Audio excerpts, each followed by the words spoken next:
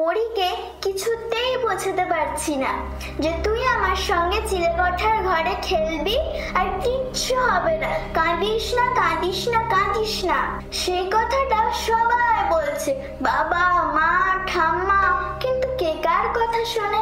মা বলল, তুই যা প্রকৃতি, চিলেকোঠার ঘরে গিয়ে খেল, আমরা পরীকে বুঝিয়ে তোর সাথে খেলতে পাঠাচ্ছি।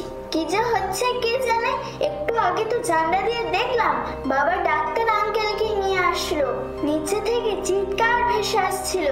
আমি নিচে একবার দেখতে গেলাম, ঠাম্মা বললো ঘরে ঢোক ঘরে ঢোক, দিয়ে আমাকে ঘরে ঢুকিয়ে দিল। একা একা কতক্ষণ বা খেলা যায় এই চিলেকোঠার ঘরে?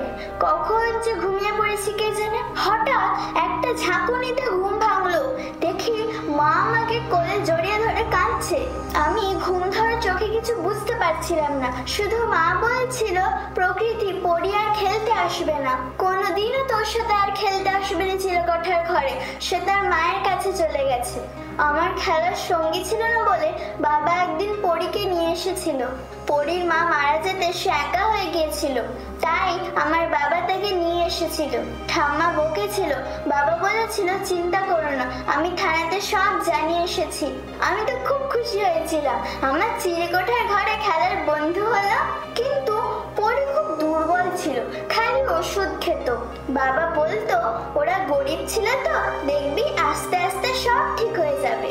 আমি জানি না কিছুই কেন ঠিক হলো না। পরী তো আজকে সকাল থেকে বিছানা থেকেই উঠছিল না। তারপর এখন তো মা আমাকে জড়িয়ে ধরে কাঁদছে, বলছে পরী তার মায়ের কাছে চলে গেছে। কি জানি